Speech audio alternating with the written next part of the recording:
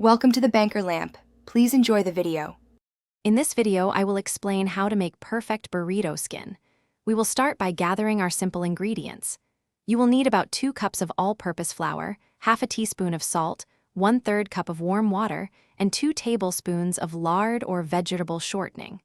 Having everything ready and at room temperature ensures a smooth process. These basic components are the foundation for delicious, flexible tortillas, so let's get started on our culinary journey.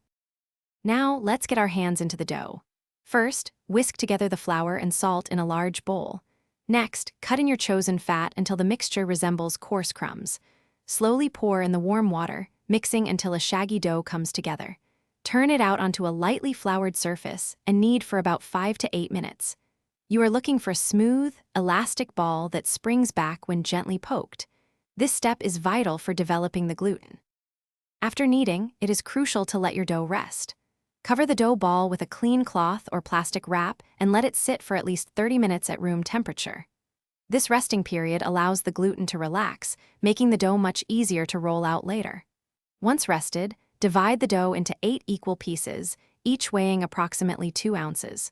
Roll each piece into a smooth, tight ball, preparing them for the final shaping stage.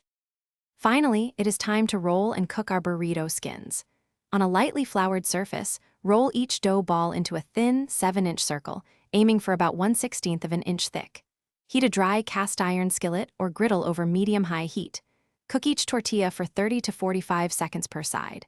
You will see small bubbles form and light brown spots appear. Flip it over and cook the other side until done. Enjoy your fresh, homemade burrito skins. Thanks for watching. If this was helpful, leave a like and consider subscribing. See you next time.